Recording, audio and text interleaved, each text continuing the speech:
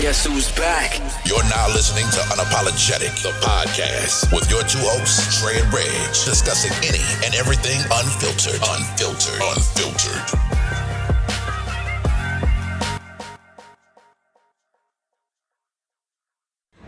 What up, y'all? What's good with you? Welcome back to another episode of Unapologetic, the podcast. Y'all already know who it is. It's your favorite two North Carolinians. Back, another episode. We come to talk that good shit, give y'all some good ear candy for about a good hour or so, and we gonna get the fuck on. Welcome back. Thank y'all. What's good with you, Dre? Oh, I ain't even introduced us. Y'all know who the fuck it is. It's Dre. It's Reg. The most important, yeah. But what's good with you, my man? Cooler, man. Slow motion. Same old same with me, dog. I ain't got too much going, too much shaking. Just here, man. Waiting for this weather to break out, man. It's creeping up. It's creeping up. How about that? You ain't broke yet? I mean, it was pretty warm up here today. Okay. But if you go outside right now, it's a tad bit chilly. Yeah. When the sun go down, it's a different story. Yeah. It was kind of warm up here today, so I just hope that the trend keeps going, man, because I'm tired of putting on hoodies and all that good jazz. Yeah. We kind of the same. We have it was kind of warm last night, but the last couple days outside of the latter part of last week and then throughout the weekend, it's been in the 70s, and which is it's kind of surprising because how it was, but I mean,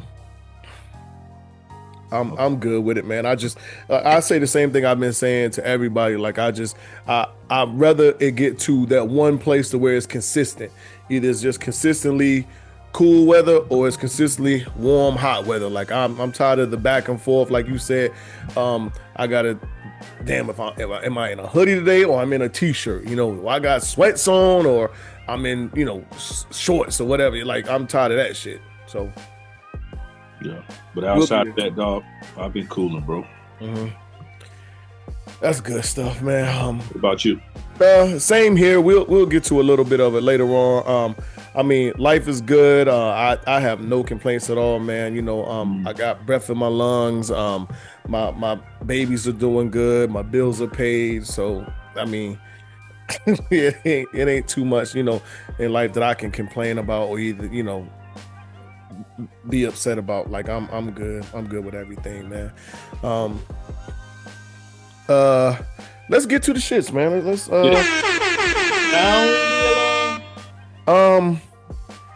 NBA. I don't know if you want to really talk NBA right now. Is there anything you want to talk about NBA? This race is going to be interesting as far as the MVP goes. It's going to be real interesting, man. It's going to be hard. I mean, SGA, in my eyes, SGA is the most valuable player, but there again, he plays on a team where guys ball out. They ball out hard. Right. Then you got Jokic. That if we're being honest, he probably could be the MVP for the past 3-4 years. Mm-hmm. So it's going to be interesting to see what the NBA does and these voters or whatever the fuck goes on. It's going to be real interesting to see how it pans out, man. I'm excited. I want to know. Yeah, I'm at the point right now to where I can't call it because tonight you could say Shea without a doubt. And then tomorrow you could be like Joker without a doubt because Shea will have a 50-point night. And then i.e. just like what happened a couple days ago, Shea have a hell of a night. Then the next night, Joker have a triple-double in the first half and then a triple-double in the second half. You like, well, damn. And then Shea the next night, then Joker the next night. And then they had them head-to-head games to where Shea went off the first game and the second game of the back-to-back, Joker went off. So it's kind of, I love it, though. I love it, man. I'm with you. I do feel like Shea is probably in the lead by a little margin. Yeah. But if they was to say Joker, I wouldn't be mad. I couldn't. Because I would have to say, and I'm with you. By the last 3 years, I almost kind of feel like Joker is falling into that Jordan, LeBron, Lamar Jackson territory to where it's kind of like, we kind of exhausted of him winning the MVP or giving it to him. Because he could have won it, like you said, he could have won it last year. He could have won it the year before, the year that Embiid won it. He could have easily won it. But for some reason, Embiid was deemed the MVP. So, but it's to me, it's good basketball overall, man. I I still get, lost in confusion. Like when you look at what the eye test is going to tell you, Shea all day. But I always wonder, like, damn, why Jason Tatum get that end of the stick that he get? It's a great question, man. I don't know. I really don't know. Maybe you know what? Maybe outside of him, him being a great ball player, I think he gets talked about, or he gets he gets negative comments is because of his output in the finals last year. Okay. And the fact that my man Brown JB took over. Yeah. He ran with it. He ran with it. Mm-hmm. But the MVP is a regular season award, though. Yeah, I know. But I just thought you were talking about you were saying why does he get the negative? He never gets mentioned in the race. Like it's a foregone conclusion. Like when you talk about the MVP, they're gonna say, and rightfully so. From what we've seen from Shea and Joker this year, like it's 1 and 2, neck and neck, or 1A, 1B. When you start to talk about 3, 4, 5, it's kind of like, Well, again, I think it's got everything to do with Jaylen Brown, bro. Yeah, I think, and the fact that he's shown based on last year, right?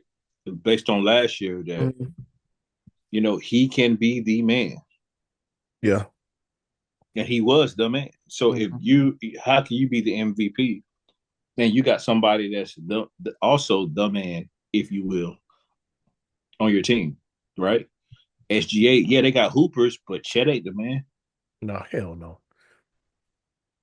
Dog, they at any given night, one of them motherfuckers come off the bench and bust your ass. Yes, they can. Yes, they can. The Celtics too. Like that's crazy. Like we saw motherfucking Peyton Pritchard drop 40. Bro. Wow. Bro. My man had 11-3. Peyton Pritchard dropped 40. Your Derek man White dropped 40. Your man last night had 7 threes and a quarter or some shit like that. Oh yeah, what was his name? You don't even know. White guy from was it Cleveland? No, he played for the Celtics. Yeah. Celtics. Yeah. I know you're talking about. Sam Hauser. Sam Hauser. I remember him from college. Yeah, Sam Hauser. Yeah. Yeah, I'm with you, man. Tight race. I like it. It'll be interesting to see how everything falls, into place. We missed it last week. Sorry. There's people that hit me up and said we wanted to hear Dre's take on this fight. Oh, really? Yeah. I had a couple people. Okay. Well, this is what I think, man. I think for those that don't know, we're talking about Tank Davis, Lamont Roach. Okay. Yeah. So I watched the fight, man. For it to be called a draw, I'm not mad at that. I don't feel as though like others, especially around this area who think that Roach won the fight. If anything, I would have gave a slight edge to Tank, honestly. But Roach came back. He finished up strong. They say that the knockdown, the quote unquote non-knockdown, didn't affect the scorecards, but I think we all know it did. Yeah. And so with that being said, I'm looking forward to a rematch if it does happen. And when it does happen, I think Tank will win with no problem. Yeah, I'm with you 100%. I think they win, no problem. I think Tank, no, I can't come in here. I got to take care of business. Like it ain't. I can't be cute. I can't be pretty. I think for me, I think Tank. It was a little bit too much back and forth with the ref. He played around in the middle rounds, and I think he gave Roach confidence, and I think that's what that was the main issue. I think Tank is a better fighter. Roach is a good fighter. But I think when you give people confidence, therein lies the problem, and I think that's what Tank did. Tank left the door open. He played with his food. He definitely played with the food. Left the door open for any kind of doubt that, you know what, it could be a draw. I feel like Tank could have closed that shit out. Had Tank took in maybe the 8th, 9th round more serious than what he did, it wouldn't even been a draw decision. Like, it would have been a clear. For y'all that say Tank made an excuse about the hair, listen, I know from a nigga that's growing his hair out. Listen, I've been playing basketball and freshly got my shit done, and when it starts sweating, shit hit you in the eye and it start burning. I know I can speak to that shit. Whether that happened that night, I don't know, but it happens and it's a possibility. So him taking a knee, listen, the ref didn't call it a knockdown. So let's talk about it. First and foremost, I mean, I think I will give people, or I would entertain people's argument if Roach would have hit him within that sequence. He didn't come anywhere near him. You know what I mean? Like, right, nowhere near him. You know what I'm saying? I'm not saying it's okay. You just can't take. I mean, you can't do that. Mm-mm. So I thought. New York Box Commission said otherwise. Yeah, but so let's just calm down, man. Was it a sucker move? Either it was a sucker move or it was brilliance on Tank's behalf. Mm-hmm. Either way it happened, I still feel like it had something to do with the scorecards, even though the judges are going to say otherwise. And I don't take anything away from Lamont Roach Jr., man. Damn good fighter. Damn good fighter, and he does deserve a rematch. Yes. The world wants to see it. I pray that it's up here in the DMV because if it does, I pray that it's within this year. Well, yeah, but I'm just talking about area. Yeah, but that too, yeah. If it's here, you might, hey, don't be surprised if you see me within the first, I'll say 20 rows. I got a homegirl that she owns a restaurant out there at the MGM Grand. I wonder if she still work out there now. She owns a restaurant at MGM? Yeah, she had open one out there like when it was first, like, I forgot, this shit was probably like, it had to be like 2013. Like, it started out like a little stand, like a drink stand, and then a restaurant. I gotta look her up. Either way, I met her on Snapchat, but yeah. Go ahead. Definitely deserves the world wants to see the rematch. The world wants to see it's a draw. We talk about Tank Davis, and we talk about an up and coming fighter that a lot of people in this area, are like, yo, fuck all that. Roach, the man, Roach is the one. That's what they believe. Now, if you probably go 30 minutes north, they might be singing a different tune, right, in Baltimore. But regardless, I want to see it. Yeah, I do too. I can't wait. Like I said, if it's there, definitely it's big.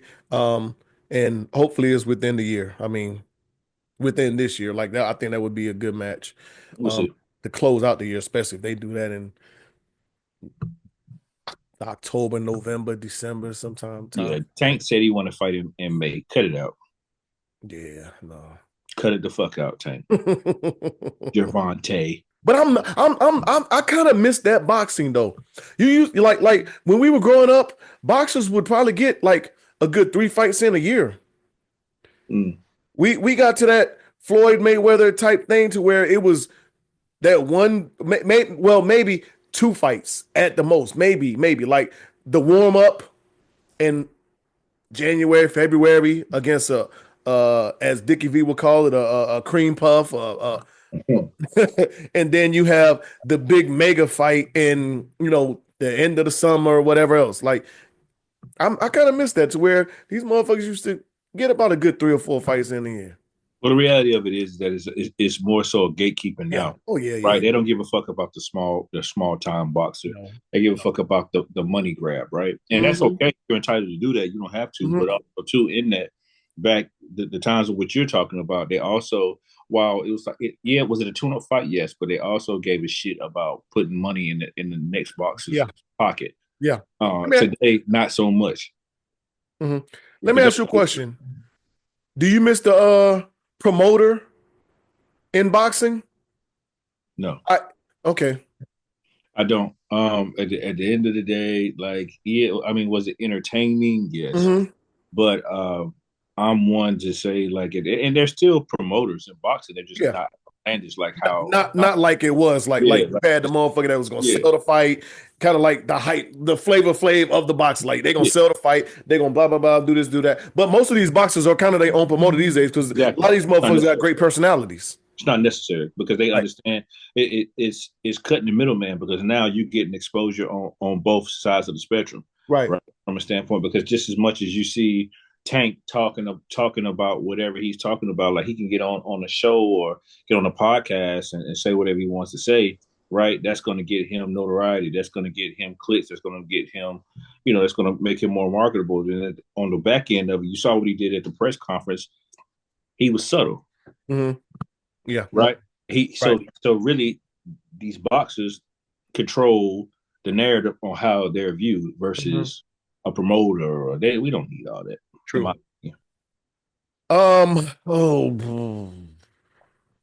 Rick Pitino said that he's done all his recruiting for the year. Yep. He said, I am recruiting. Well, basically, I'm going for transfers. He said, I'm not recruiting no freshmen. Yeah.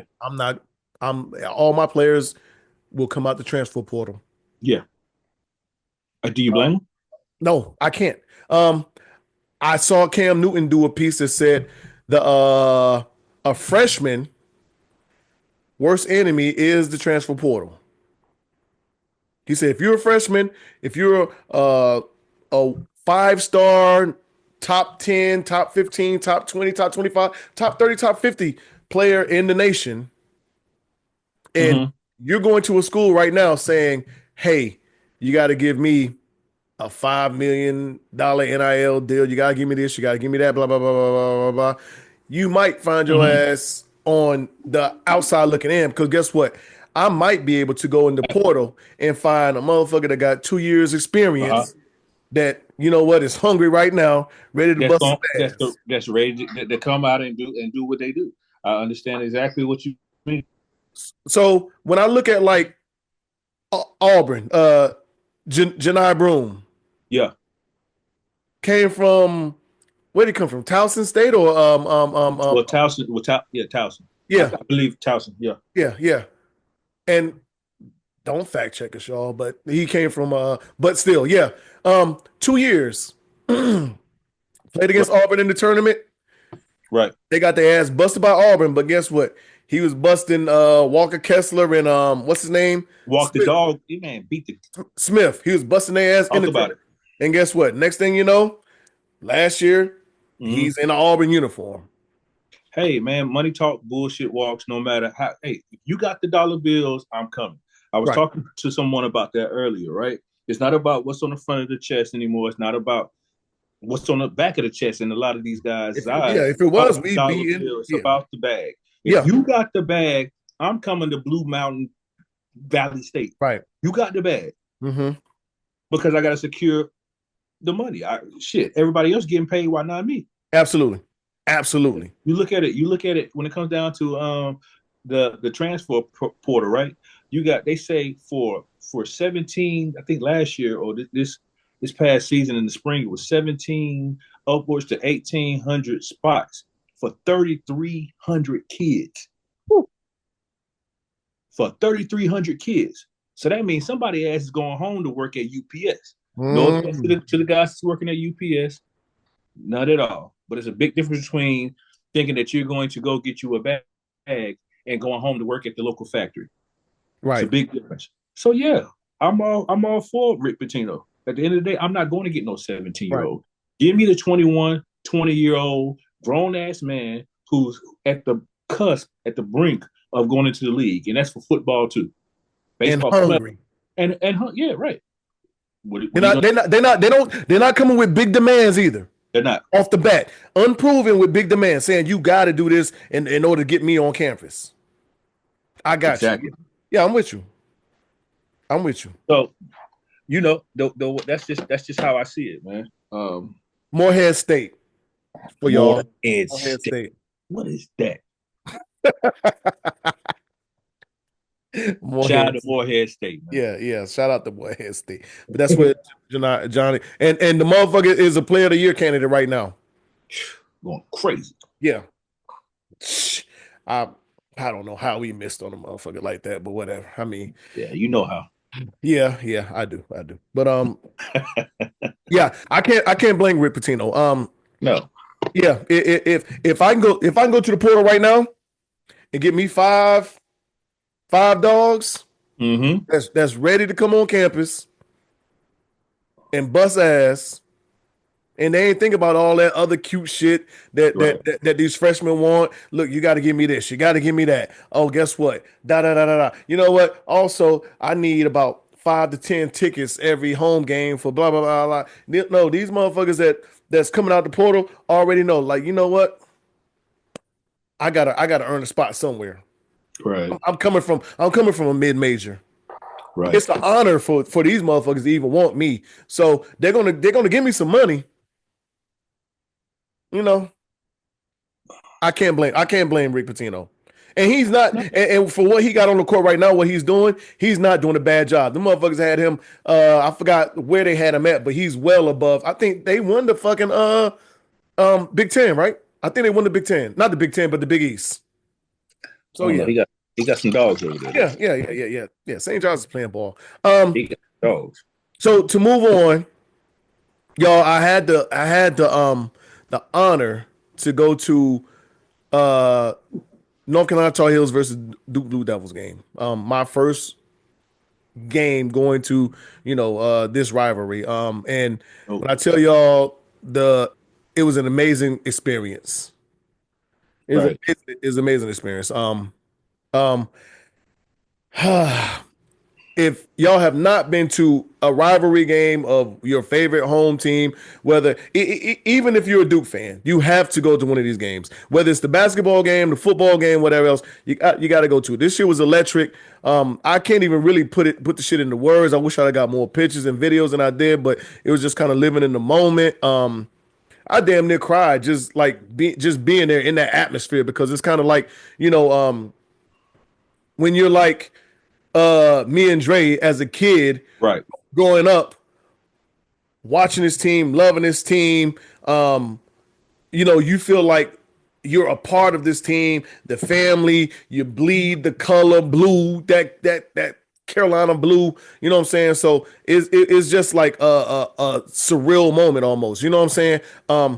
Win or lose, it didn't matter. Motherfuckers was like, oh, nigga, you went to the game and they lost and nigga, I gives a fuck. Like, it's the experience is worth more than anything. That shit was priceless to me, to be honest.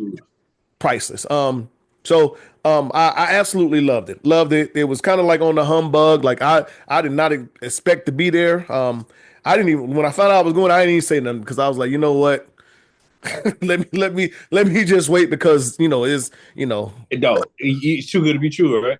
yeah, absolutely. You know what I'm saying? And I definitely want my goal is to try to be, try to catch one next year, maybe the year after, whatever else. But it's one of those, man. It's just like one of those moments that is just kind of like, wow, like, nigga, what am I doing here? Like, what, like, this is crazy. But I do encourage for all of y'all, for Duke Blue Devil fans, like, you got to go to a Duke Carolina game. Auburn, Alabama, you got to go to the Iron Bowl. Michigan State, y'all got to go to, catch your rivalry games for those of y'all that haven't. It's a hell of an experience, and one that I will cherish for the rest of my life, to be honest with you. But outside of that, we had a 6-game winning streak. It looked bleak for a minute in the first half. They went up by 17 on us. We ended the half on a big run. Shut up, Siri. We ended the half on a big run to where we was down by 1 at the halftime. Came out of halftime fired up. We actually went up by 7, 8, 9 points. For some reason, I get it. Hubert set RJ, which you do. You can't play him the full 20 in that second half, but no, you can't. That kind of really turned the tables when RJ set. We went very dormant.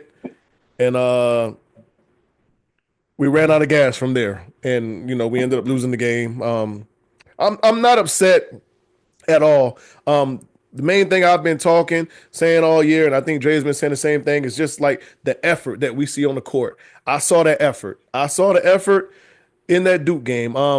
It just, like I said, we ran out of gas. It's only to a certain point to where we're going to be able to hold off a team like that. Yeah, exactly. They just all they did was wait us out. Right. They just waited us out. That's what they did, right? Like at the end of the day, can we compete with them? Yes, but can we compete with them for 40 minutes? No. What it's going to take is for them to have a very bad game, right? And for us to have a very good game. Yeah, and that's just it. One thing that really hurt, I think that could have made it a lot different, is them not giving Cooper Flag that damn charge that Seth took. That would have been Cooper Flag's fourth. Mm-hmm. That hurt us a lot. Okay.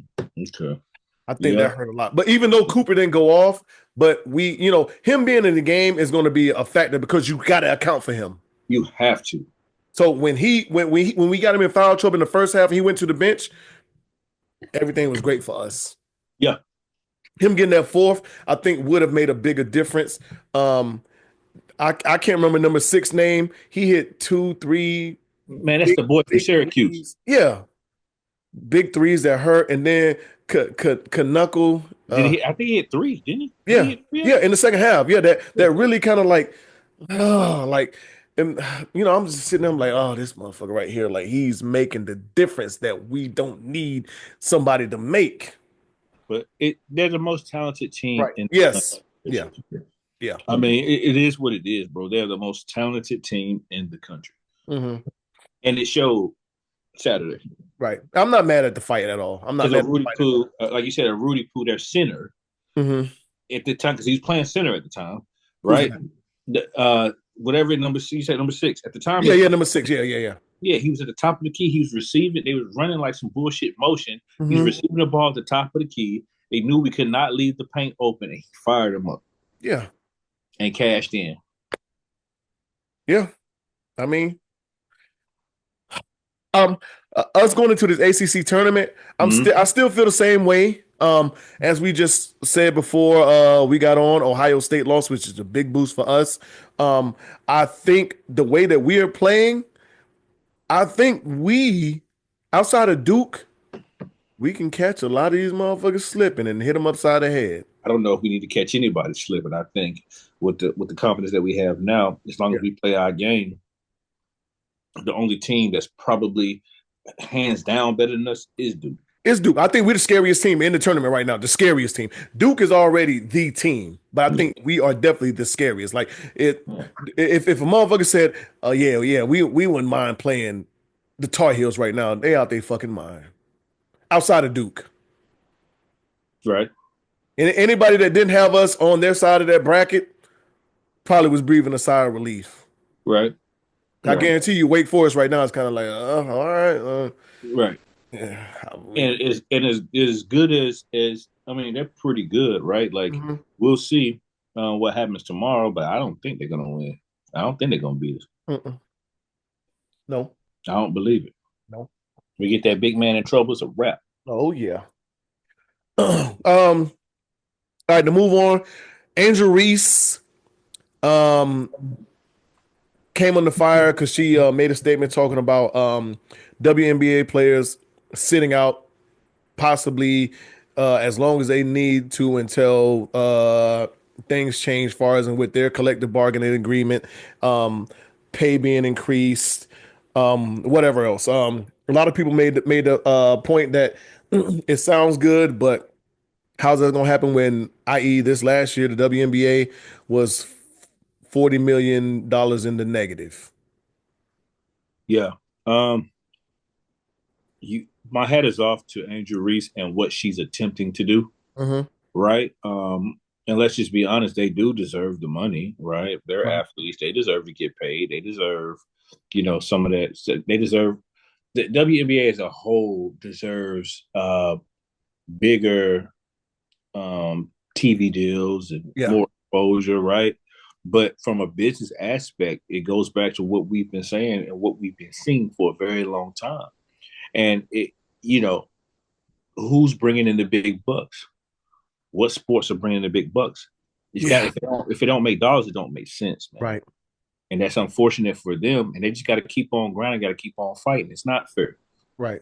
It's not fair. But I do commend her for what she's saying and what she's saying she's willing to do along with the other women in the WNBA. I don't know who exactly, but yeah.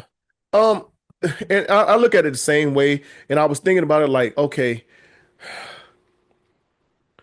for let's say a group of people to say, hey, you know what? I know you're losing money every year, but I deserve a pay raise. Yeah, that's wild. How was that going to work? That's wild. It doesn't work that way.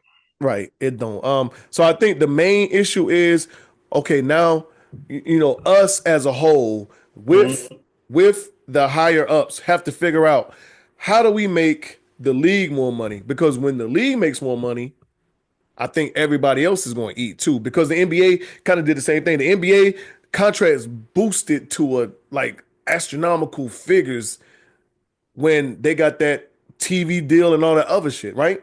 Right. So, I mean, it sounds good, but I think they are years and years away from, because I think the NBA was kind of like the same until the Magic and the Bird era, then the Jordan, then everything else. Like the league probably was close to being in the red or just out of the red.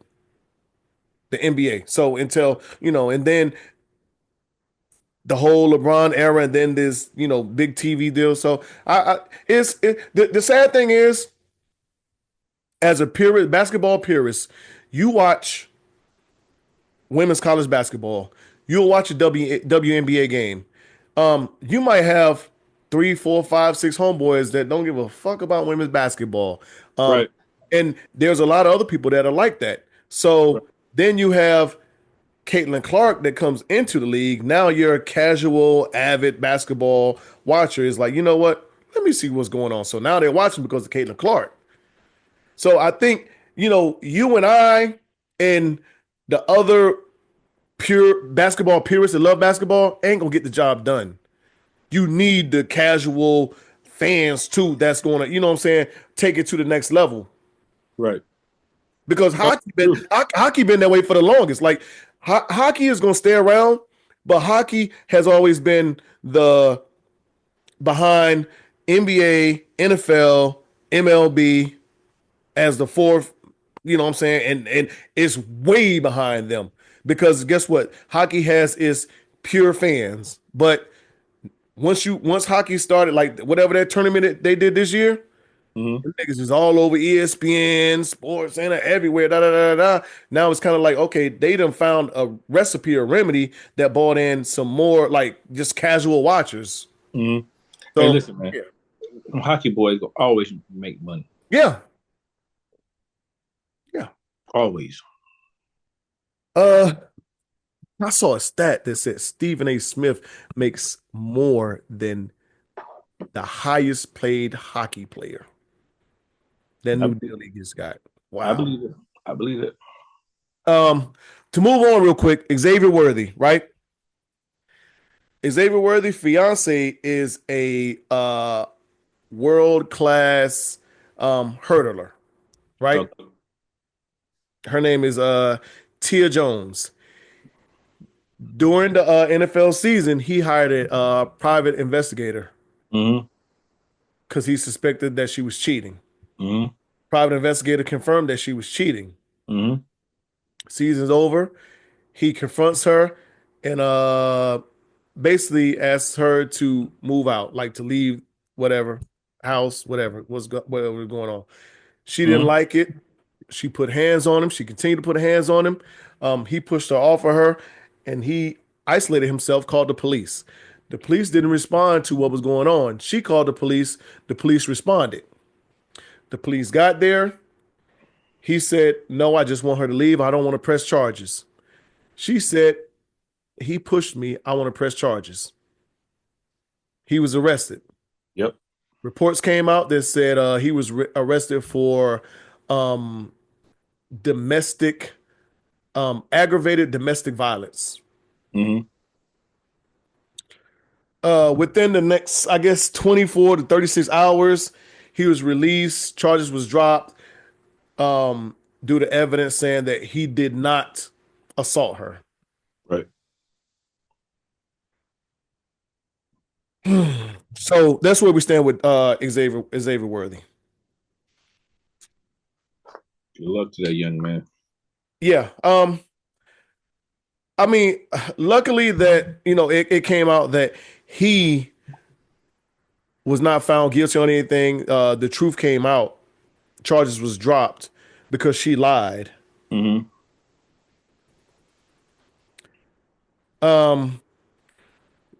What are the chances you think that those two end up getting married? Stay together? I hope they're slim, man, because once the police get involved, dog, unless she called the police because got caught, bro. Right. Like, that's trash. And I'm a firm believer in once you call the police on me, dog, whether it's today or a few years down the line, it's gonna work. Any woman who has ever called the police on me for whatever reason, right? It damn sure wasn't because I was beating on them. It has happened to me. Any woman that's ever called the police on me out of spite, out of being angry, out of whatever, no. Because I'm not busting your ass. I'm not threatening you. I'm not doing these things. So for you to do that, it won't be long. Yeah, I'm with you. I walking the plank. Yeah, I'm with you. I hope the chances are slim. But just like the way history goes and how all this shit falls down, like it just points to like they're gonna end up being together. They're gonna end up, But I'm with you. Like once the police are called, it's a dub. Yeah. Like it's a wrap. That like we've reached that point. For you to feel like you can put your hands on me, because you fucked up, and I'm drawing a line. Like that's enough. That's enough. I agree. And you know what? And I'm happy for him that he can preserve his football career, because that shit could have went a whole different way. Right. A whole different way. Right. For her to be a world-class record holder in hurdles, we're not gonna go there anyway. Nelly's ex said that she took a break from Nelly in hopes that it would strengthen their relationship. Next thing she know, him and Ashanti was together. Yeah. Dummy. Hey, stop playing with people. Dummy. Right. Yeah, stop this. What are you doing? You know what? I think you have been in a situation too before, maybe sometime in life. I know I've, to where a woman has told me, like, you know what? We just need some time apart. We need to, like, blah, blah, blah, blah, blah, blah, blah, whatever else. And as a man, I always felt like, you know what? No, because she gonna end up with somebody else. I need to fix this shit right now, then it, whatever, however else. You know what I'm saying? And I think that's just like how a lot of us are wired. But yes, stop playing with motherfuckers, because guess what?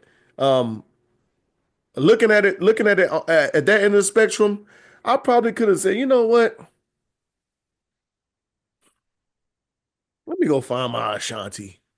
I don't know. I mean, yeah, you can't play with people like that. I know they say if what do they say? If something's meant for you, you let it go. If it comes back to your person or some shit. No, yeah. No. Yeah, if we're gonna work it out, we're gonna work it out. You know what I'm saying? Like,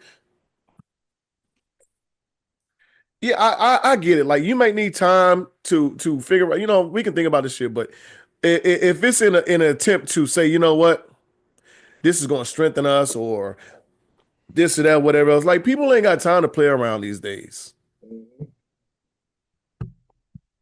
So, hey, good luck to you. But hey, what's the saying? You play stupid games, you win stupid motherfucking prizes. And guess what? You won a stupid prize. Dog, I sent you this clip, screenshot yesterday. Trump tried to call Canada's bluff on some tariffs. And the motherfucker said, okay, guess what? We got one for you. I got a big joker right here. And basically said, you know what? We'll do our own tariffs on electricity for these three major states right here on that borders our country. I looked into the tariffs, and as much as they're trying to feed this shit onto us, like it's going to help Americans in the long run, because of this or that. That's not the case. It's not the case. It'll actually eventually end up hurting us because these other countries, i.e., like Canada, are going to say, you know what? For our goods or imports that are imported into the United States, we're going to start these tariffs. So the major issue is that a lot of stuff that we get is imported. Right. So who's going to end up paying for this shit in the long run? The taxpayers, because everything's going to go up. Well, look, I already saw that, Canada is threatening to, cut off some dang on electricity if the president continues to move forward, trying to make them the 51st state. People ain't going, man. You know what I mean? Like, you could try all that bully stuff all you want to. Right. But they're not going. He think he the big boss man, don't he? You remember that? The big boss man. Hey, when motherfuckers willing to stand up to you and call your bluff, what you gonna do? Barbecue a mildew, buddy. Exactly. Hey, either you gonna put your dick on the table or you gonna tuck everything in and move on out. Ain't had no alligator mouth and no hummingbird ass. You sure can't. You sure can't. Because guess what? Motherfuckers will test it. Motherfuckers gonna test your chin. If it come to 100%. They gonna test your chin. And that's what just happened. So, I mean, listen, it's too much back and forth going on between countries that we don't need. In order to try to, I think, flex or prove a dominance. Like we know what the United States is. We know what the United States is. We don't have to prove a point to another country like you need us more than we need you. So guess what? We're gonna do this. We're gonna do that. I mean, a lot of things that we get. A lot of the reason why people are buying shit outside of the United States is because you getting the same quality at a cheaper price. Right. I mean, it hurts to say that, but that's what's happening. And sometimes you're getting better quality. But we'll talk about that another time. We'll talk about that another time.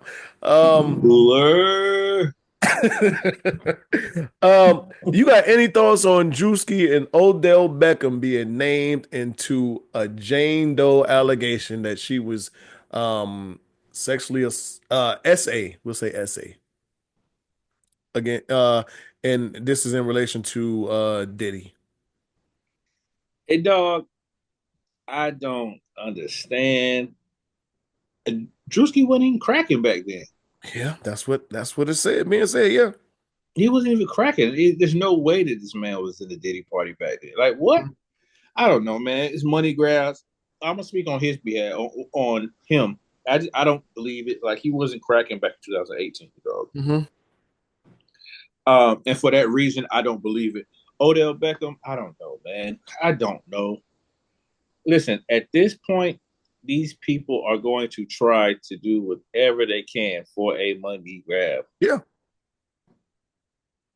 It sounds like just, hey, you throw some shit at the wall and See what sticks. And guess what? Now you got to fight the allegations. If you can't fight them, then we got some case. But the bad thing is, in the public court of opinion, once it comes out, you kind of like, it makes sense now why Druski and Diddy was making skits or this or that. Or, you know what I'm saying? So it's kind of like it's a nasty game. Right. It's a nasty game. This I don't care about too much, but Doechii says straight men are a red flag to her. The only thing I thought about it is, well, if you don't date straight men, then why are you talking about straight men being a red flag? Do you think that she was? I think she was trolling, dog. Yeah, but we don't know. But I think so as well. But that's so even if trolling, imagine you saying right now on Unapologetic, the podcast, anybody listens to us, imagine you saying, you know what? I think any woman over 165 is a red flag. Well, I've thrown numbers out there before. I've been on. I know, but imagine what comes along with that. And you might be trolling. Well, you having a preference is a problem. We saw what came after that, right? We saw what came after that. Yeah. But I still stand on that shit. I'm doing fuck anyway.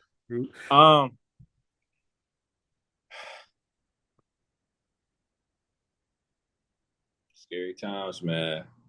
Mm-hmm. That's what I'm saying. You having a preference is an issue. But that was the only thing. I'm like, well, if you don't date straight men, then why are you worried about straight men? Yeah, just like you would never come to me and be like, Rez, like 205, I just can't, like, you never concerning about 205. You're not thinking about 205, 210, 215 because you don't date 205, 210, 215. So why am I talking about 205? Like, it ain't no need for me to even address it. A red flag for me is, guess what? A woman that's 160 that has blah, blah, blah, blah, blah, blah. You know what? That sounds right because that's in your dating range. That's what you date. He had to be trolling, dog. Absolutely.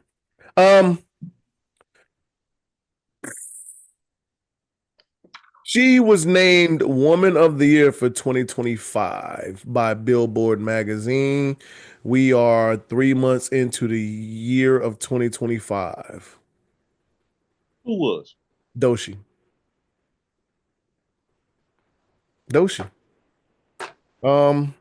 I have the article somewhere. She is Woman of the Year. But it says Woman of the Year for 2025. Billboard magazine. Listen, dog, we know. Listen. Money talks. But let me ask you this question. We saw the year that she had, but we get it. TDE, whatever else. Honestly, right now, do you think she had a bigger year than Glorilla or Lotto on the charts?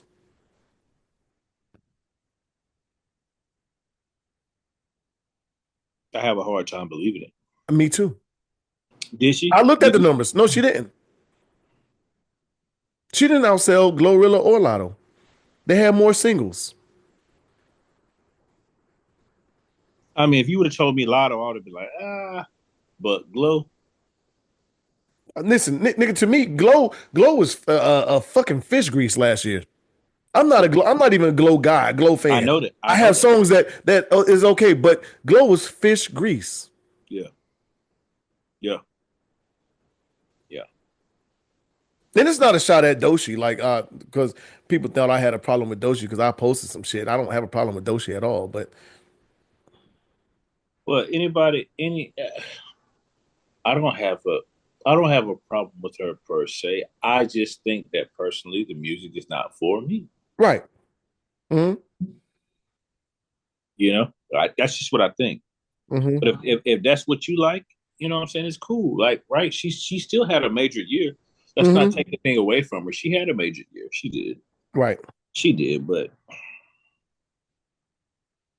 yeah. I don't know, man. I think Glow got a lot to say. Either way, anyway. Did you see the video of this track runner? That it's not funny because there's some major implications, but she That's funny. I'm gonna tell you why it's funny, but go ahead. So I'm not gonna say any of the names. I know the actual girl's name that hit, but I forgot the other girl's name. But so track runner, there's a 10 to 15-second clip of a runner hitting an opponent with a baton 2 to 3 times over the head. The young lady that got hit suffered a concussion and possible skull fractures.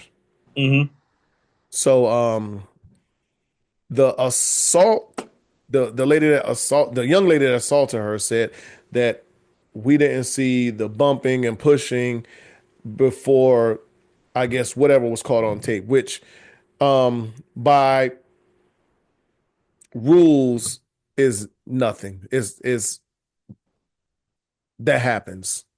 The major issue is she goes on to say in an interview that she's being labeled a bad person, ratchet hood because of what happened, and that's not the case. It was an accident. She did not hit that girl intentionally, which listen, that's what's funny. That's the part that's funny, Rich. Right. Rich, that's the part that's fucking funny. Baby girl, I understand. Maybe your lawyer, maybe your mom or your daddy, whoever told you to be like, nah, it wasn't intentional. Baby girl, you cocked back on this young lady. Yes, indeed. Yeah, you gave her the business. And, man, come on, bro. And the whole world can see that. What you saying it wasn't intentional. What you mean? Yeah, like, come on now. Come on, pumpkin. Come on, pumpkin. Yeah, you hit this girl 2 or 3 times. Like there's no mistaking. So for her to get up there and cry victim, or people are doing her wrong, looking at it wrong, judgment, you left it open for interpretation. Yeah. And that's like you can't do that. And the fact that this girl suffered a concussion, possible skull fracture, whatever happens to this young lady, she's gonna deserve it. Yeah. They're teenagers, high school. There's rules implemented for a reason, right? And no matter what, bro, that's assault, baby. You can't get down like that, right? Bumping or not bumping, like, all right, cool, whatever. You let the judges or whatnot, you let them sort that out. Mm-hmm. You know what I'm saying? You let them sort that out. It's possible disqualification could have came about. Yeah. Right? A review, you could have reviewed. I mean, you know what I mean? Anything. Yeah. You don't take it within your own hands to handle the situation because that's the wrong answer. Now look at what you did. Now look at you now. Yeah, assault all day. Yeah. You lost your cool, baby. And you high school. Like I be hating that shit when I see these YNs and everybody else like at these young ages throwing away life over some like quick stupid shit. Yeah. This girl could have went on to be an Olympian. Now that shit probably would never happen because guess what? You out here hitting motherfuckers over the head with batons and shit. Probably would never happen. But hey. Yeah. All right, so after we recorded last week, woke up, I guess it was Friday morning, there was a video surfacing of LeBron approaching Stephen A. Smith. Yes.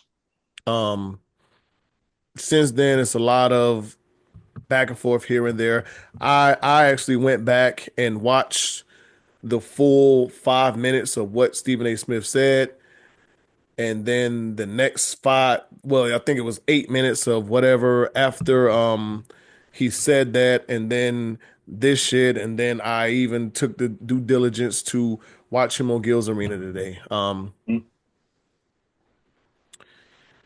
I see both sides of it. for me. I see both sides of it. I can't say that LeBron was wrong. Stephen A. Smith, as an analyst, I can't say that he was wrong. The sticky part to me is once you start to say, okay, he questioned his parenting. And people that I've talked to, I asked them, I said, well, did he question his parenting really? And most of the people would, some people told me yes. And I said, well, how? Because he said as a father. Then I asked him, well, did they watch the rest of the 5 to 6 minutes that Stephen A. Smith talked? What did he talk about? They can't tell you nothing. I think it was more of, for me, this is for me. I think it's more of the messenger, which the messenger was Stephen A. Smith. You have a problem with the messenger. You don't like the messenger. So yes, now he's questioning the parenting. I fuck with you heavily. I love you, Dre. You my guy. If I was doing something wrong with my daughters, let's just say I had a daughter that was in the WNBA and I had significant influence of what's going on. You was like, hey, Rez, like, look, your daughter's killing over here right now. Mm-hmm. In the WNBA, like, she's basically a sheep right now in in a cage full of wolves. Like, okay. As a father, dog, like, hey, let her develop her skills here, do this, do that, da da da da da. Do I look at you and say, damn, dog, you question my parenting? I think you do if I do it on national television. I think you do if I do it on national television. Because you're not going to sit here and tell me that LeBron or that Stephen A. doesn't have access to LeBron, because he does. They do, but like I said. So, but what if they don't fuck with each other? Well, they definitely don't now. Yeah, but they never did apparently. Okay. Because because Stephen A. Smith says LeBron is number 2 in his book as I go. Okay, so if that's the case, then at the end of the day, let's just I'm gonna nip this shit in the bud, right? It's out of pocket for Stephen A. to talk about LeBron's parenting. If that's what he did. Yeah, I was about to ask you, what did he say about his parenting? Is the question, because that's the question I ask people that they can't say. They don't answer the question. They just said, he said, as a father, I'm pleading with you. No, he said that from a standpoint of if you feel like someone is attacking your kid, attacking your young, then you're supposed to step up and say something. Mm-hmm. That's what he meant by that. That's it. Who? Stephen A? Yeah, when he said he understood. He knows why LeBron came up to him. Because if in any given, it doesn't matter what you say, right? It's about how it's received. If any given time LeBron received it as an attack on Bronny, he felt like he had to defend him. That's what fathers do. Mm-hmm. Unfortunately, in that business, it's Stephen A.'s job to tell what he feels is facts. Right. Unfortunately. So, and that's why I say I fall on the fence, because if he says, as a parent, I'm pleading with you, but these guys, just put these stats up in front of me. Bronny is averaging 0.4 points, 0.2 assists, 0.3 rebounds. He's averaging 1.4 turnovers.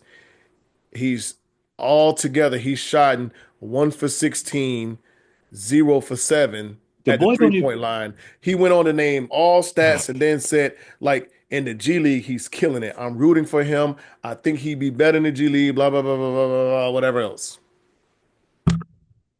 Right.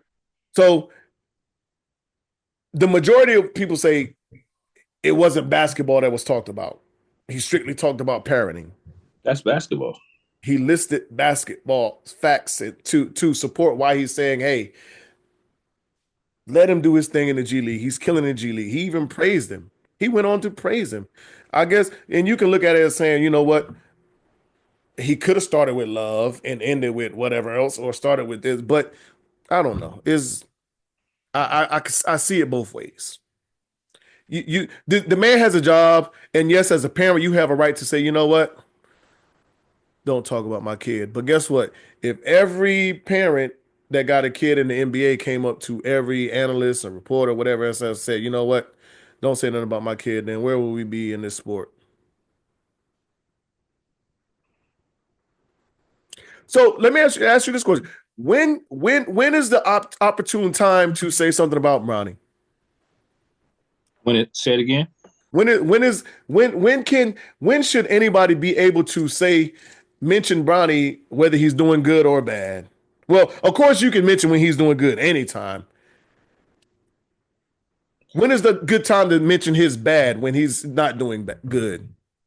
As a father, never. Okay. As a father, never. Right. Is the ideal. Not realistic, but yeah, you sitting there, eating dinner with your kid, and you just so happen to maybe forget to turn off the TV. Right. Because what was mentioned was after they put him in the game, and I think me and you talked about this. They put him in the game against the Philadelphia 76ers in the first quarter, and Tyrese Maxey and the other guards that was on the floor said, lunchtime. and so, and the big question was, why did the Lakers play him in the first quarter against starters? And then JJ Redick got on the podium and said, we didn't do Bronny we did him a disservice today. Like, we should not have blah, blah, blah, blah, blah, blah, blah.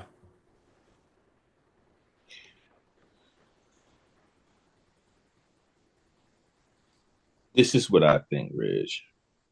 He is a rookie. Yeah. There is a very, very small percentage of rookies that excel year one. Mm-hmm. There is a small percentage of rookies that play a large amount or extensive amounts of minutes. True. He is no different. True. And we can leave it. Just to close out, there are a lot of people that are saying, why are we even talking about a 55th pick? 55th pick never been talked about like this before. Never. For y'all to say that, like, he's not your average 55th pick in the NBA. There's never been a 55th pick in the NBA that had a guaranteed 2-3 year contract right off the bat. Not a two-way, a guaranteed NBA contract. We get there are guys that went late in the first round that don't get guaranteed contracts. He had one of the largest NIL deals up until this past year. A guaranteed lucrative Nike shoe contract coming out of college. The ability to tell the G League, like, hey, I'm only playing home games. And when I do play these games, I'm not traveling with the team. So he's not an average, regular 55th pick. And then your father, right or wrong, and your father's supposed to have all the faith in you that they want to, goes on the largest platform in social media and says, hey, my kid is better than 3/4 of these motherfuckers I'm watching on the NBA League Pass. So there's a lot there. But I mean, I just think, honestly, I think it's more of the messenger and not the message. Because I think people have said to LeBron, like, hey, or maybe they not, because it might be hard because, i.e., I think you said this last week about Anthony Edwards. Them motherfuckers, they are scared that, like, he's the OG in the group. Yeah. So I think it's one of those cases. I don't know if you watched Gil Arena. Kenyon Martin said, I think it's one of those cases of he know who to ran up on, because had I said it, I don't think Bron would have came to me and said that. Paraphrase. Yeah. I mean, shit. But Kenyon Martin's like, this is something that we all say. Kenyon Martin's like, look, my son was the 41st pick. Like, I know what LeBron's going through. I get it. Blah, blah, blah, blah, blah, blah, blah, blah. But Yeah. Anywho, to move on, so we can get ready to close out. Nelly was on Drink Champs, right? And he basically said that if my daughters get in a tight spot, they always got a place to come back to. Right. If my sons get in a tight spot, they can come back for a little while, sleep on the sofa, whatever, but they're gonna have to get up out of there sooner or later. Like they gotta go. Okay. I have plenty of friends that have that mentality. One of my homeboys said that hell like a month ago. Like, man, my baby girls, they ain't like when they graduate high school. Like my last one, like she ain't got to leave. But my son, as soon as he graduate, that nigga got to get the fuck up out of here. He got to go out there and be a man, do something, find the Army, Navy, Marines, Air Force, something. But he got to go. Mm-hmm. I looked at, I'm like, damn, like nigga, that shit sound real fucked up. It does. I think it's just a testament of what society views a man as, right? Like the society says, or society says that a man, much like what you just said, should be able to go out and make a way on his own, right? And go through the pitfalls and this, that, and the third, right? While girls should be protected from said pitfalls or whatnot. Right. I'm guessing it might be until they figure out or until a partner, a suitable partner comes to rescue them, or they're able to figure out what their life choices are, career paths are, whatever the case may be. Meanwhile, while a male is supposed to get out here and fall on his ass and get his ass kicked, and I guess it builds character in some people's eyes. That's just how society views it.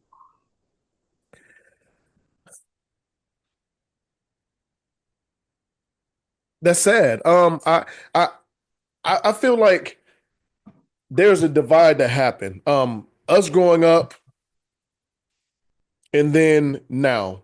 Like maybe I'm not even gonna say we might have been ready for that. You know what I'm saying? But that might have been kind of the norm for us growing up. But the world was a lot different us growing up than now. Me, when I graduated high school, I didn't have to leave the house, but I wanted to leave the house because I was ready to have females coming in and out like I wanted to. Like I was tired of sneaking motherfuckers through the window, almost getting caught by my mom. So I was ready to be quote unquote grown and do grown people shit, which I wasn't. You know what I'm saying? But right. Like I didn't have to leave the house. And I made do, with what I had to do. You know what I'm saying? Because I even feel like, to an extent, we were a little less pampered than our kids are, and that's nothing wrong. Because we always came up. You know what? I want my kids to have it better than what I had it. Even we may have not had it bad at all, but guess what? A lot of the shit that we had to do growing up, our kids probably don't even have to do or worry about. When I was a drill sergeant, nigga, sometimes we had to teach kids how to sweep and mop because they ain't never touched a mop or a broom in their life. That's wild. We had female drill sergeants that had to teach girls how to use tampons and maxi pads.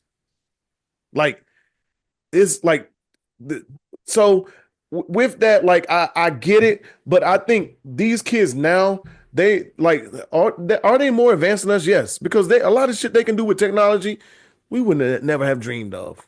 Right, they are tapped into what is the wave and right. Right. So, was you a little more equipped or prepared to go out there in the world and be successful and do certain things? You might have been. More than our kids now. You know what I'm saying? So that whole ideology that we gotta, you know what, he's a man. He need to figure this shit out. I don't agree with that. I hate it. Yeah, I don't agree with that. I'm not thinking that my daughter needs to stay in my house until a man comes and takes her, sweeps her off her feet, and makes her a wife, and now she can, no. I think there's no difference or a divide between the boy and the girl. Like I want both of my children, if I had a son, to be able to be successful on their own out in this world.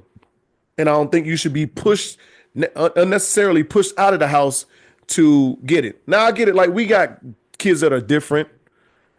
Like you have two kids, I have two kids. Like one of your kids may react to you a certain way when you're like, baby, no, you can't do it. You gotta do it like this way. And one of your kids, you might have to be like, hey, look, I said blah blah blah blah blah blah blah blah blah. Right. But I don't know, man. That shit. When I heard that, I was like, damn, like that.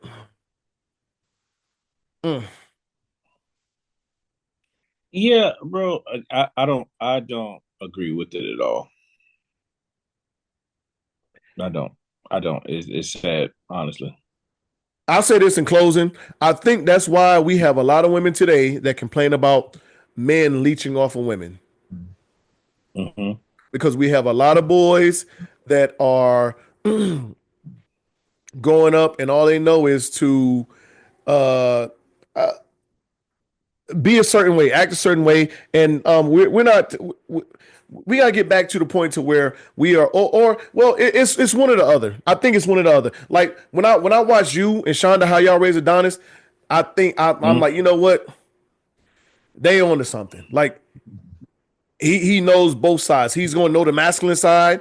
He's going to know, you know what? I can be soft around my dad. I can be soft around my mom. I can talk about my feelings. I can do this. I can do that. You know what I'm saying? Like it's no black and white. There's this gray. Like I can be who I want to be. I appreciate that, big dog. Yeah. So yeah, and I think that's where a lot of this shit gets fucked up because we got niggas out here trying to survive and do shit and don't know how to do it. And guess what? When Dre ain't gonna do it, guess who's gonna do it? The streets is gonna teach him. Damn right. And we ain't having that. So my nigga. My nigga.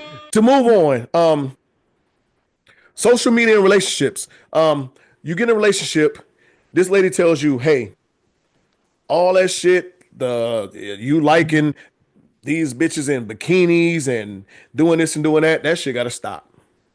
Nope. I'm with you.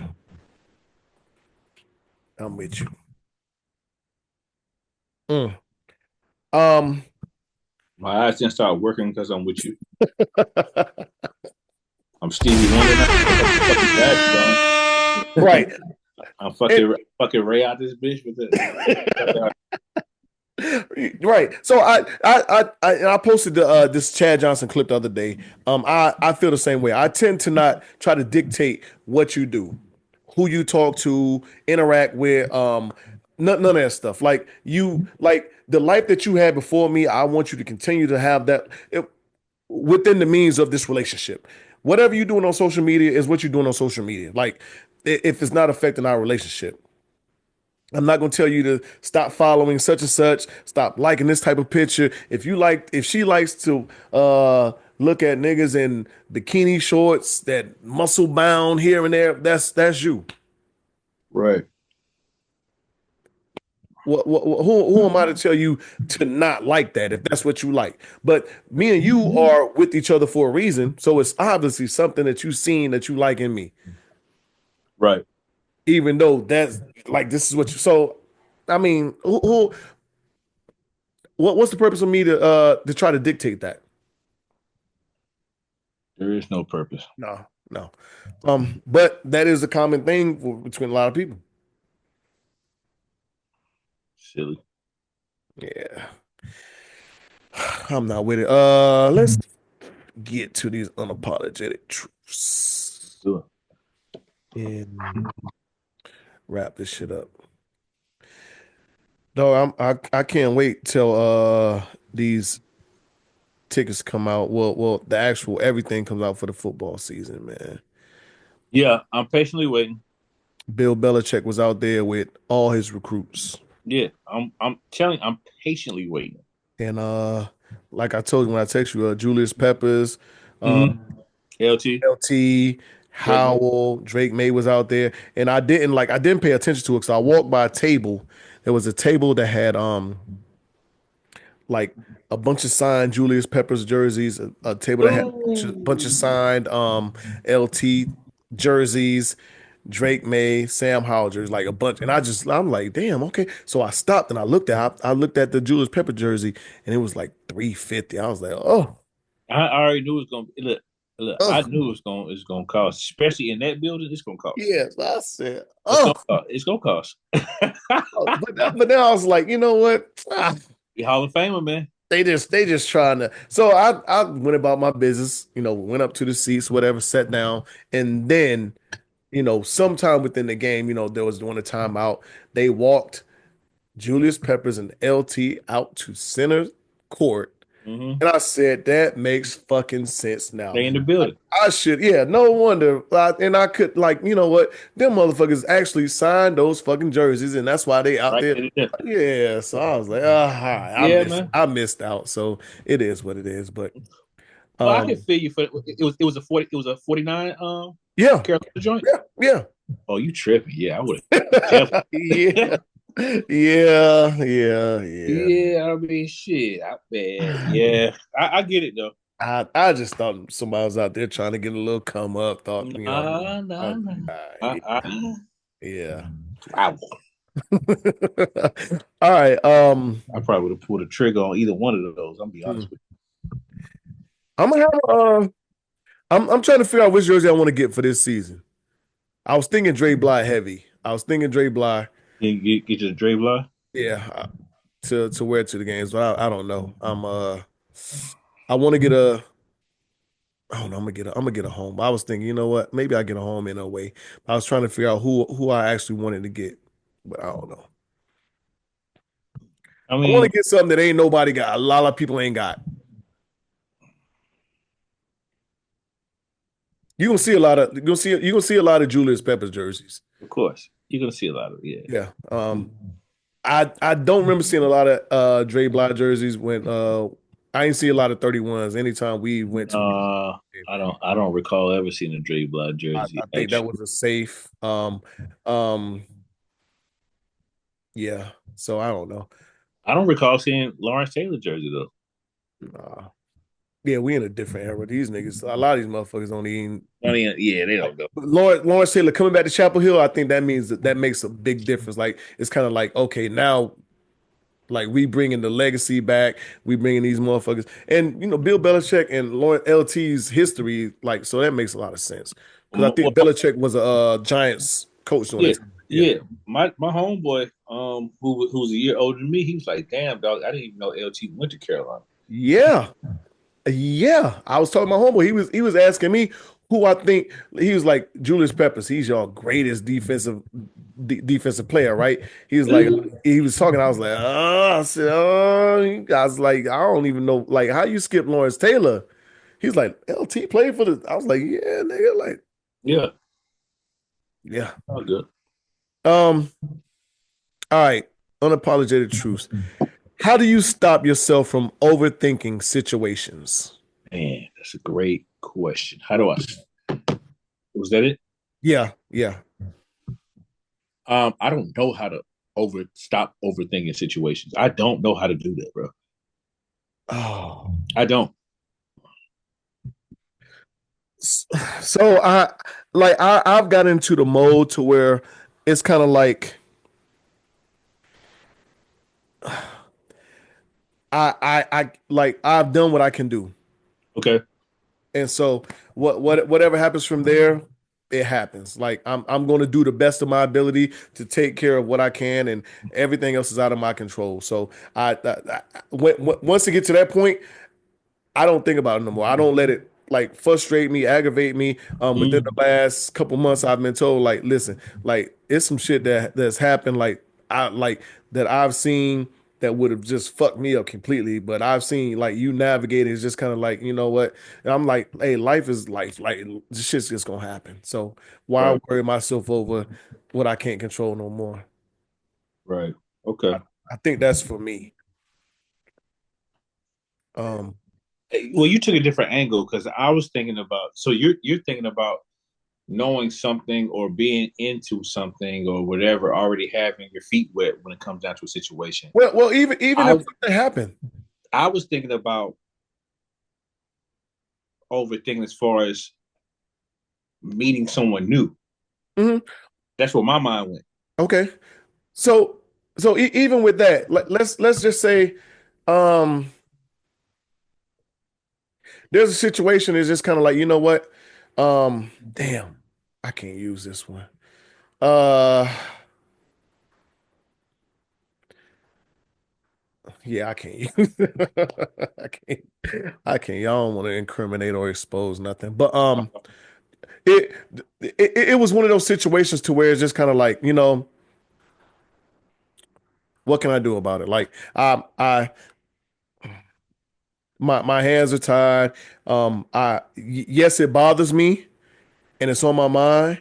And Mm, I can overthink and the MRT word catastrophize this shit to death. Like mm, think about all of the worst case scenarios and what can happen from here. But at the end of the day, like I just like I I can't do nothing about it no more. So why am I gonna beat myself up or like continue to think about the situation and how it can branch off into this worst scenario, this other scenario, this I wish I could use that situation, man. I might tell you when we get done, but that's fine. um uh you're out with the woman and anytime she references what a man should do, she says in quotations, this is what it says. I'm reading as I see it. In quotations, a real man would or should. How do you react? Reggie, Reggie, my friend, my friend of many many years. I feel like you picked these questions out so that you could trigger me. That's what I. That's what I feel like. I've been noticing a trend, and I haven't said much about it. That instantly made my blood boil.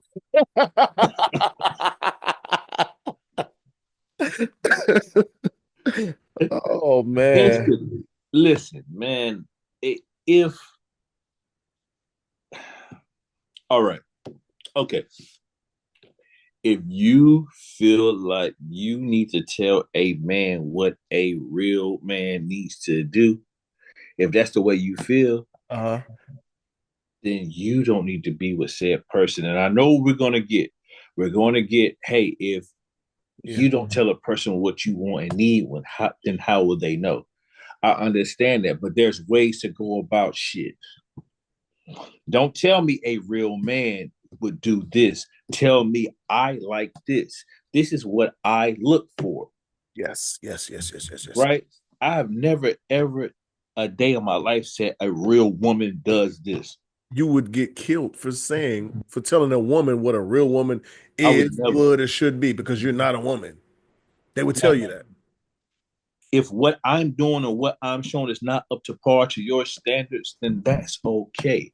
Go Mm-hmm. play in traffic, baby. It's all right. Mm-hmm. But don't tell me what a real man would do. Because and guess what? I look at it as being wrong, and we're in different times. Mm-hmm. But guess what? It's some people out here on the planet that believe that a real man, when their woman quote unquote cuts up, will have her head in between the wash and the dryer. So I'm not trying to hear that shit.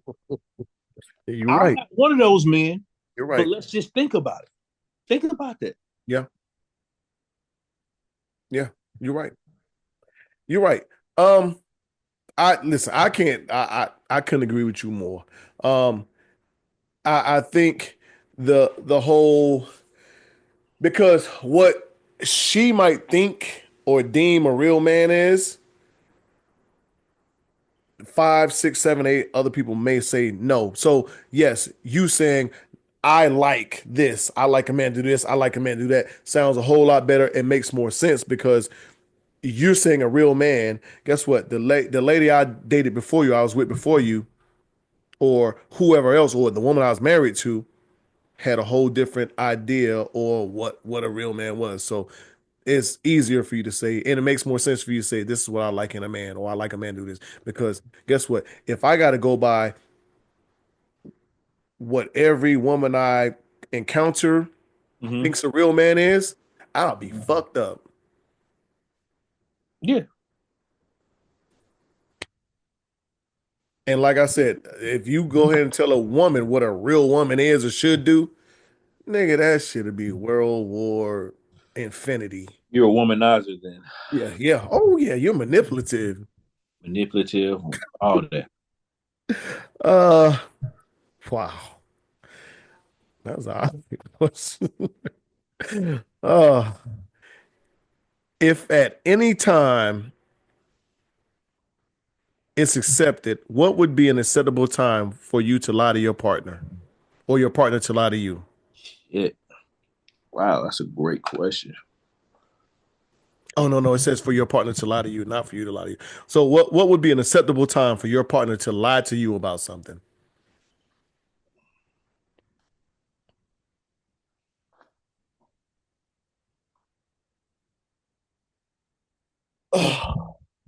I'm I'll go simple. Okay. Because I feel like I think you said this earlier. You didn't stop having eyes. You didn't go blind. So if there's any time that you are, well, she is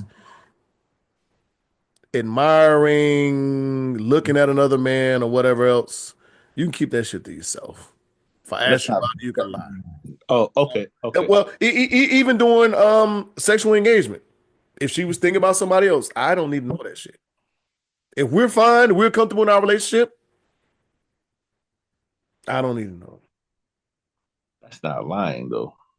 Is it? Is it not? If she, That's not lying. I don't call that lying. I mean, unless you just say, "Hey, were you thinking about me while I was in?" well, yeah, but yeah, uh, yeah. Well, that's a yeah. If that question arrives, then yeah, that's the for me. That's the only time I would I think. ain't asking no shit like that, Me person. neither. Me neither. Because I don't give a fuck. Like, if you tell me you pleased and I'm pleased, then we're good. There's no need to lie to me about you not being pleased. But if I you, don't know. I can't. I'm gonna leave that one blank, bro. Mark that one wrong on my test because I don't know. speaking of that, real quick, because you have a son around my granddaughter's age. Right.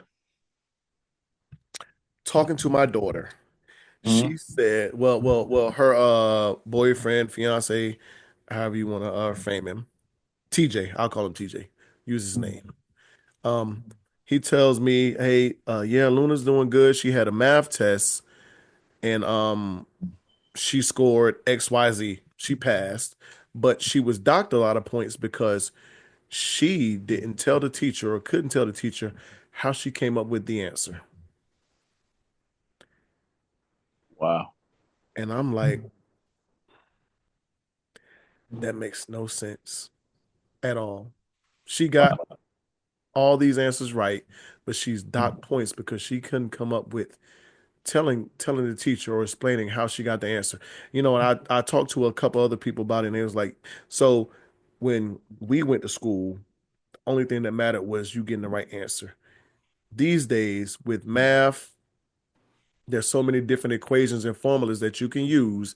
So they want you to explain how you came up with an answer or this, whatever else.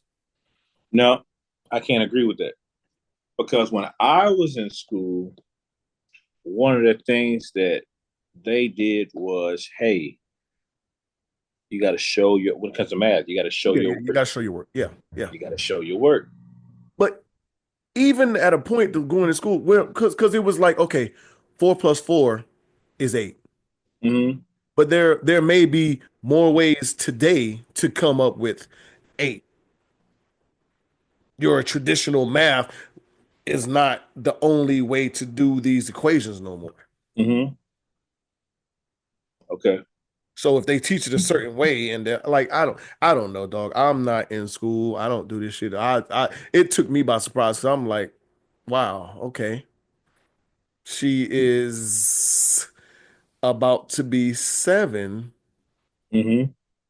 and she has to explain how she came up with these answers on a math test, even though she got it right. Like, it just threw me for a loop. Threw me for a loop. I understand. So I don't know. I don't know if you encountered that yet, but I'm just like, whoa. No, Wow. not yet. Wow. Yeah. All right. I appreciate y'all. Let's we about to close this out, get up out of here.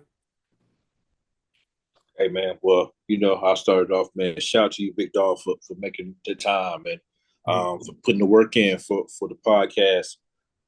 Much appreciated. Excuse me. Shout out to all our supporters, all the fans, all of Unapologetic Nation. I'm sorry, choking up over here. For again supporting us, man. We are greatly appreciative of the things that you do and watching us, man. Because really we do it for us, but we also do it for the people as well. And it's always mental health is real. Myself and Reg, we may not be subject matter experts when it comes down to it, but I can assure you, before you harm yourself or you harm others, please tap into Unapologetic Pod on IG and or Facebook, or our individual IGs and on Facebook, and I can assure you, we'll get you the help that you need. Other than that, Big Dog, you already know what's going on with me. Different toilet, same shit. Yes. Everybody like, share, subscribe. Thank y'all to all the silent viewers and listeners. I appreciate it. Like there's plenty of people that we don't even know that watch and listen to us, that hell walk past us daily and sit by us and don't even say it. Like I appreciate that. We talked about that last week. Appreciate family, friends, supporters, everybody that really rock with us and continue from the day that we started this to whenever y'all latched on and decided to start listening and viewing us. I appreciate it. And yesterday was history. Tomorrow's a mystery. I'm sorry, today is, I've been drinking, y'all. Charge it to my head. But today is the gift. That's why it's called the present. Thank y'all for everything y'all do for us. Appreciate it. Everybody, good luck on your parlays. I know this shit has been tough since football season has ended. God damn. Talk about it. Listen, shit is spooky since football season has ended, but hey, look. Motherfucking basketball have niggas in shambles these days because niggas. Listen here, man. Let me tell you something. It's to the point. It's to the point where I have, Prize Pick sent me a 1099. That's how bad I stung their ass last year. Oh wow. Okay. Yeah. Okay. Yeah. Never happened. I stung their ass. Reggie, let me tell you something, man. I'm afraid to get on that motherfucker, boy. No football. Oh shit. The fix is in. Yeah. Hey, but hey, good luck to everybody that has a team that's on the outside looking in, and anybody that has a team on the inside looking in for the tournament. Go Hills. Let's go. Listen, hopefully the stars align to where we get into this tournament. I'm to the point to where I'm ready for next season, but I do want to see us in this tournament because I feel like we can be scary. But that's a story for another day. But as always, we're unapologetic, we're unfiltered. Y'all know who it is. It's your favorite two North Carolinians, Dre and Reg. We're out here. We will see y'all next week. You know what it is. Thanks for listening to another episode of Unapologetic, the podcast. Don't forget to share, like, and subscribe. Better follow me.